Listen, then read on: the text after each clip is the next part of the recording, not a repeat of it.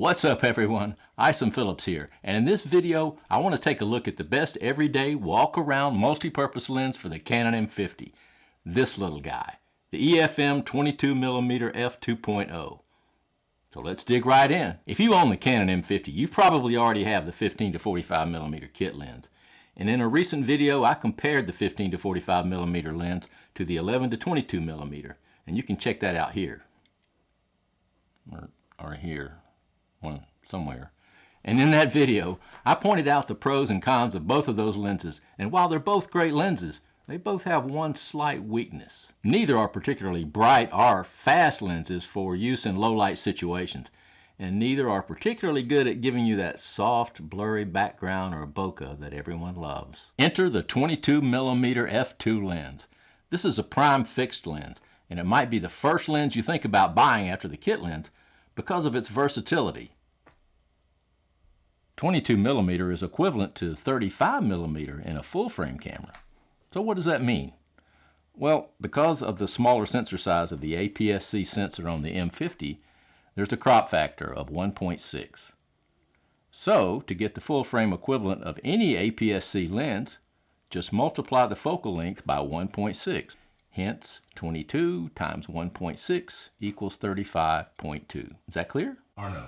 The 22mm lens does not have image stabilization like the kit lens or the 11 to 22. But since it's so small and lightweight, you really don't need it.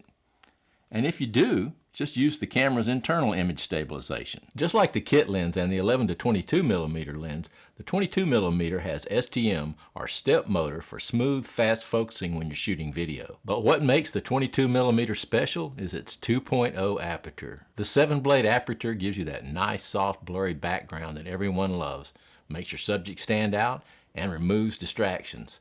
And its 2.0 wide aperture allows you to use faster shutter speeds and lower ISO for better image quality than most zoom lenses. Maybe my favorite thing about this lens is its size.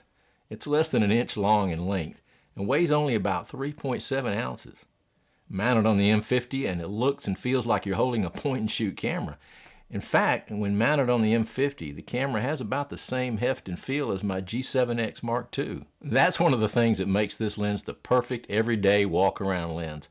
It's perfect for street photography, making you blend in without screaming "photographer" to those people who are passing by. My favorite way to shoot with this lens is to put the camera in aperture priority mode and the ISO in auto, and then set my aperture to get the look I want.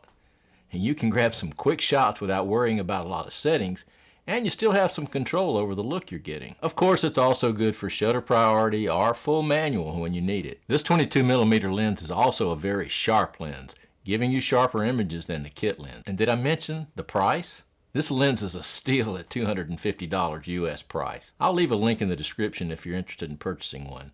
And for M50 owners, I highly recommend it. Aside from street photography, the 22mm is also a great lens for family photos or portraiture. During the pandemic, a lot of photographers are doing what they call porch portraits for families, and that would be a perfect use for this lens. And if you want to pop it on your M50 and use it for candid family photos at home, it works for that as well. The 22mm is also a good video lens, and although I normally prefer a wider angle lens for shooting YouTube videos, I have used the 22mm in the past with no problem. The fact that it's so small and lightweight makes it easier to get smooth footage handheld.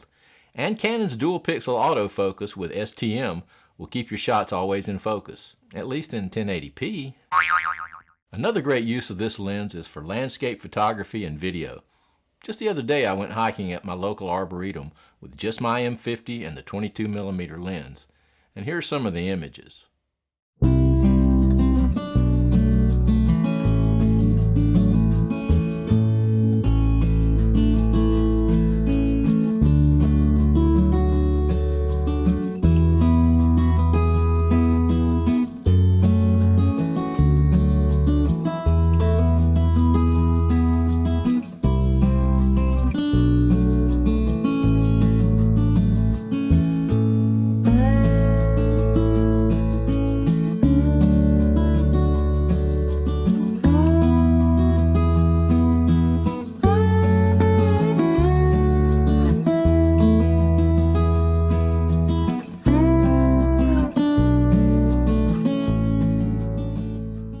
I hope you enjoyed those images, and I hope this video gave you some good ideas about the Canon 22mm f2.